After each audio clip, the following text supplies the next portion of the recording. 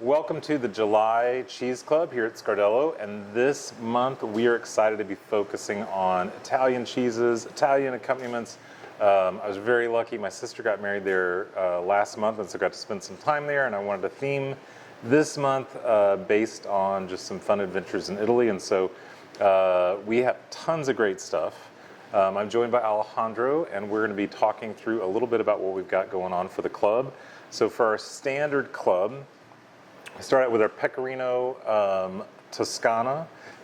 This is a old school Pecorino. It's a younger style, so it's going to be not quite as firm as maybe you might think of if you were thinking of a Pecorino Romano. More of a snacking cheese, even though this is the more aged version.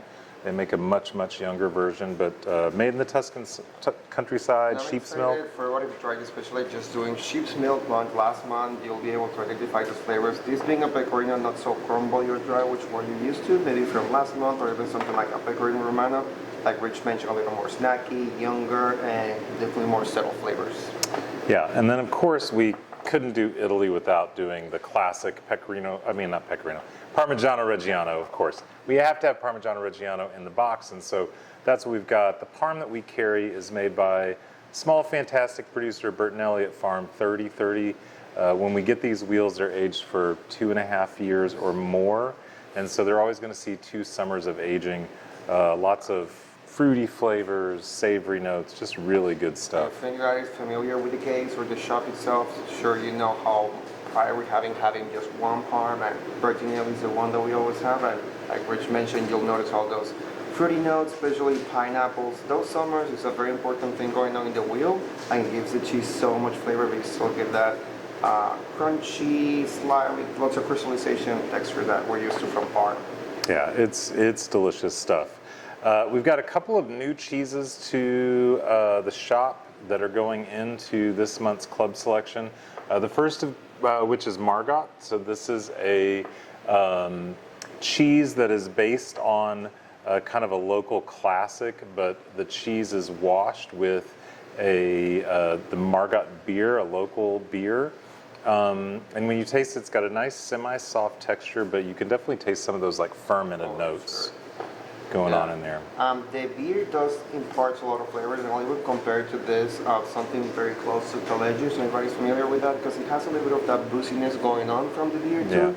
But being a Birra Rossa or a little more of a fruitier, heavier beer, it gives especially that fruitiness going on to the cheese, and like Rich mentioned, the texture is something very pleasant, because it's a little soft, not too firm, and actually real tasty.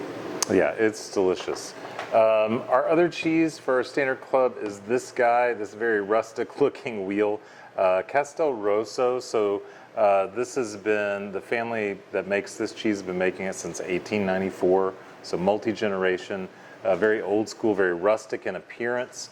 And what's cool about this is they let the milk acidify for a good length of time before they actually start the cheese making process. And so you end up with a really unique cheese. When you cut into this, it's going to be extremely crumbly because of that high acidity from allowing that milk to acidify.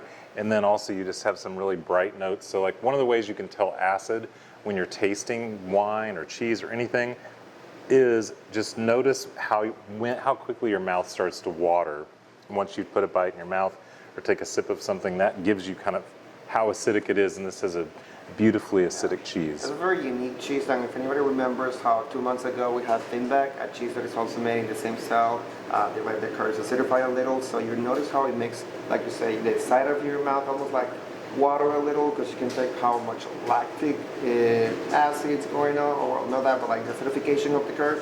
It's really tasty, and just like that special drier texture that's very crumbly. Yeah, so we got a couple great accompaniments for a standard club, and I'm going to let Alejandro introduce those. We're doing 2 fun things, which I feel like the first one always going to go with the Parm. This is from Ritrovo. We had a couple of their stuff last month from their Marcona almonds with their truffles. This is their version of the syrup balsamic vinegar. Definitely more what you will think of aged balsamic vinegar with that thicker texture, something you can pour over ice cream, fruit. Strawberries are great. Yeah, strawberries and ice cream and the balsamic, but the best thing to pair this with, if anyone has it at home, with the Parm. They're very flavorful, fruity notes, especially like that pineapple tartness going on from the barb, and how acidic but still sweet the balsamic is. Should be a really good pairing. Yeah, and then the other company we have is we've got an awesome honey, cherry blossom honey. This honey, also Italian. The best thing to highlight about this honey is that it does not taste what you will think it will taste like. It's not going to taste like cherries. Usually honey, when it comes from a single variety, it will probably be a closer flavor to what the tree, or something a little more woodsy or earthy. But the cool thing is the texture of the honey. Something very almost crystallized, but still has a smooth texture. So I'm excited for everyone to try it, especially with our Castel Rosso. That high acidity from the cheese and the sweetness from the honey will be a good balance. Yeah, that'll be really, really nice. All right, so for our deluxe club, we have a couple of other cheeses that are in that box. The first of which is this very small format square version of Taleggio. So this is Robiola di Bosco. And so if you've had Taleggio before, Taleggio is about 4 times the size of this square. And what happens when you change the format, the size of a cheese, it affects the way that it ages, and it affects the way that flavor develops. And so if you like Taleggio, which we kind of like to joke around, sort of like a gateway wash rind cheese, very easygoing, this is going to have some more intense flavors. The rind is going to be much bigger flavored from a like brothy standpoint, still creamy on the palate and really delicious. The other cheese that we've got is a really fun one. This one, Fior di Arancio. So this is a blue cheese that has been pierced and soaked in a sweet white wine made from Muscat. And then there's also some preserved oranges on the top. And so we're making sure that everybody's wedge has some oranges included as well. Surprisingly, you were noticing earlier today, the orange kind of adds less sweetness and more kind of when it comes to balanced cheese, bitterness. especially the ones that have been flavored with something like a wine or maybe a cider that we have in the case, the flavor of the cheese will always, the flavor of the whatever liquid it's in the cheese will always concentrate in the center of the wheel because it's something that is soaking all this liquid. So you'll notice, especially everybody when they gets their piece, the oranges taste more like the blue cheese itself, or the cheese itself tastes more like the wine, which I think is very fun. But this is kind of like giving everybody a little bit of, we have so many rustic and flavorful and bold cheeses, so having something a little more sweet and pleasant will be really good. Yeah. And then of course we are including my favorite cracker, classic Italian Turali. These are just plain flavored, so no crazy flavors going on. But they're these little beautiful knots that are crisp and lovely. And if you go to Italy, every place has their version of them, every little shop. And so that'll be a great accompaniment with all the cheeses. And then we have one of Alejandro's favorite accompaniments. Tell us about the cheesecake. I wanted specifically to use for class because it's one of my favorite things to have when we do Italian class or even during holidays. Technically, it's like another cheese, but think of it as maybe a cheesecake version of a cheese. It's a torta de ricotta limone. It's a ricotta cheesecake version that is flavored with lemon. It's delicious. That's pretty much sweet and lovely. Sweet, rich, decadent.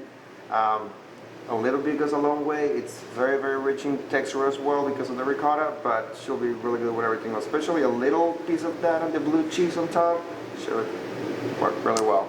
Well, I am super excited for you guys to try the cheeses in this club. Hopefully there are some things you haven't had before. That's also one of our goals, is to bring you some interesting, cool things that you might not pick out for yourself. But I think it's going to be a great selection and you should enjoy it. And we'll see you next month. Bye.